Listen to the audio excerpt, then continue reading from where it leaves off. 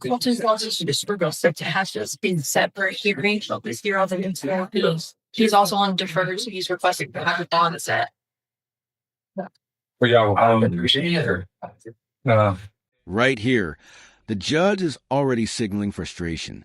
Anytime you hear deferred come up in court, it means the defendant was given a second chance, and now that second chance might be collapsing in real time. I apologize. I really thought seal covered. I want a hearing on this thing. When can we be ready for a hearing? 2 weeks. 2 weeks? Is that what? All right. Sure. We said for 2 weeks. But I just looked at the probable cause hearing. I remember this for the underlying offense, but we got all kinds of allegations here. I mean, coming from every different direction. Controlled substances, assaults, not being at home. This is where things start spiraling. 8 separate allegations? In probation terms, that's not just a red flag. That's the whole flag parade. And remember, the judge only needs one violation to revoke probation. Committing criminal mischief, and failing to report. So, I mean, those are.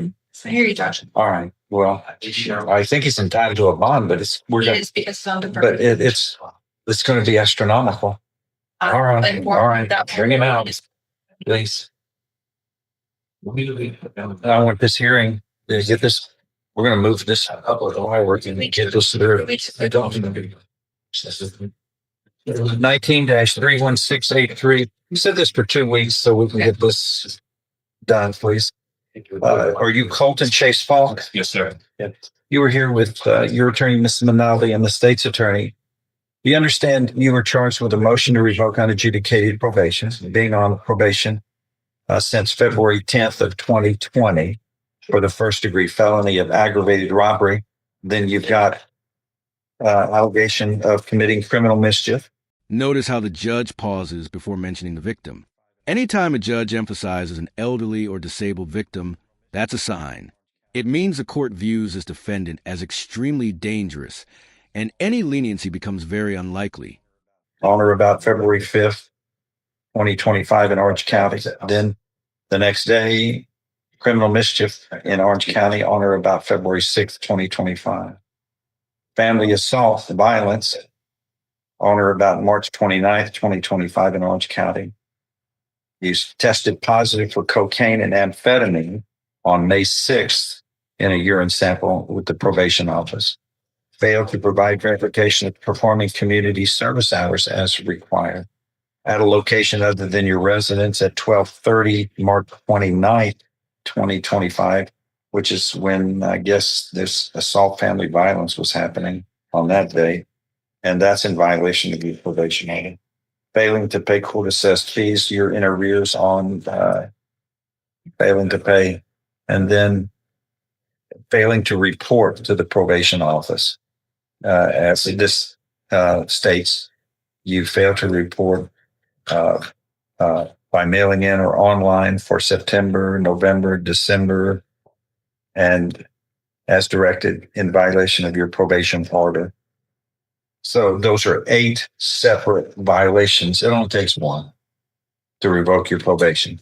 And you are looking at first-degree felony. If you're looking at it to life in prison, do you understand? Yes, sir.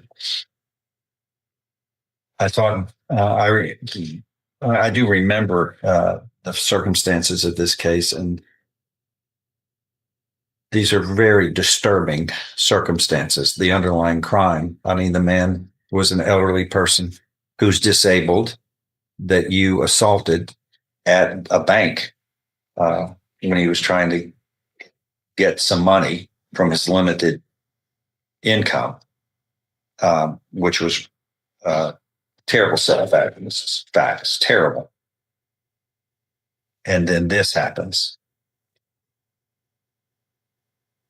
Well, I want a hearing on this in 2 weeks.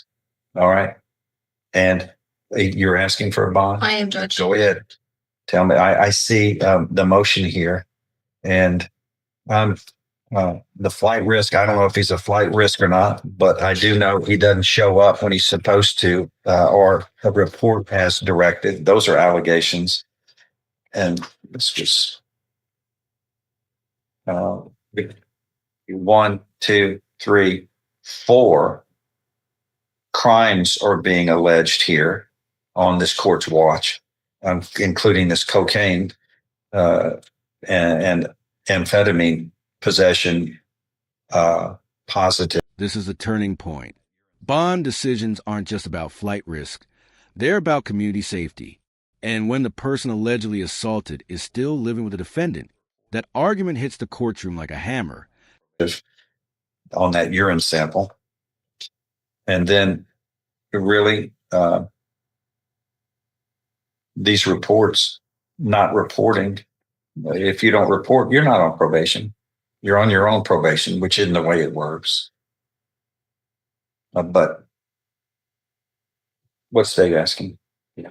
Your Honor, just because of the, just danger to the community, the individual he assaulted, he's still married to that individual. We're obviously concerned for her safety.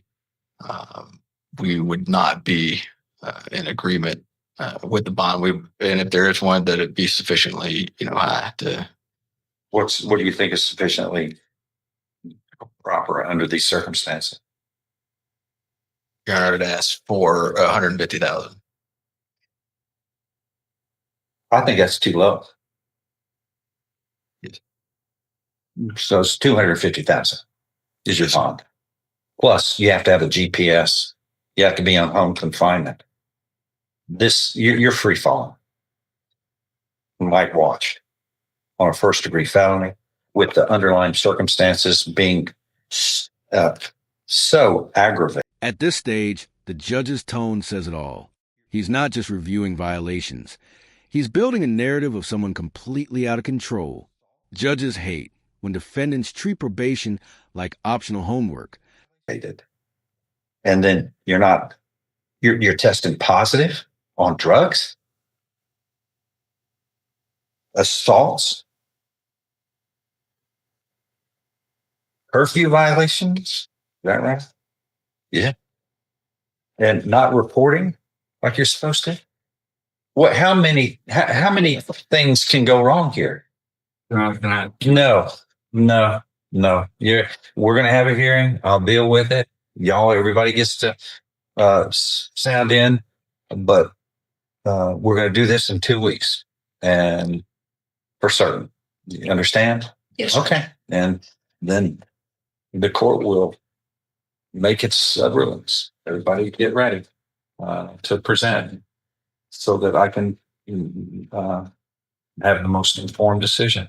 But this is a point, to say the least. There are other words that are more useful, but anyone on these types of facts for a violent crime like this, one problem is enough. Here, crimes of violence alleged, not reporting, drugs. I mean, we're not talking about marijuana, which is bad enough. We're talking about cocaine and methamphetamine or amphetamine. Gee, you're free falling, sir. You should have caught yourself. Your probation office, we have a 93% success rate. That's extreme. This moment is powerful. The judge isn't angry. He's disappointed. And in court, disappointed is worse. He's framing this as a personal failure by the defendant, not just a legal one. That sets the stage for a very tough hearing in 2 weeks. That's 1 in 14 failures. Probation, which is a fabulous. We're very proud of that. You're the one who's got a motion to revoke probation. Of the other 13 out of 14 probationers never get that. And these are serious charges. The rhetorical question is why? You have the benefit of probation. We made a big deal about this in the first place. What's wrong? I'm just rhetorical. I don't want you to answer. These are questions that I want at this hearing to be answered.